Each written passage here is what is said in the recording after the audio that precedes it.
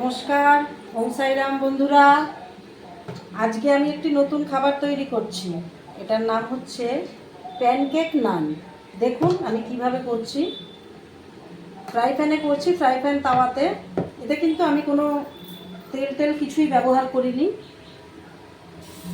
এই ব্যাটারটা দিলাম, এই যে দেখুন।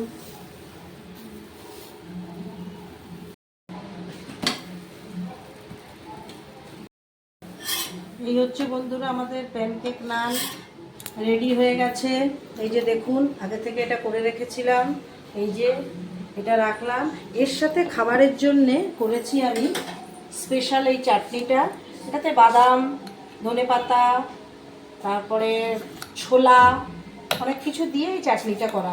আজকের এই স্পেশাল মেনু কেমন লাগলো আপনাদের অবশ্যই কমেন্টে জানাবেন, ভালো লাগবে।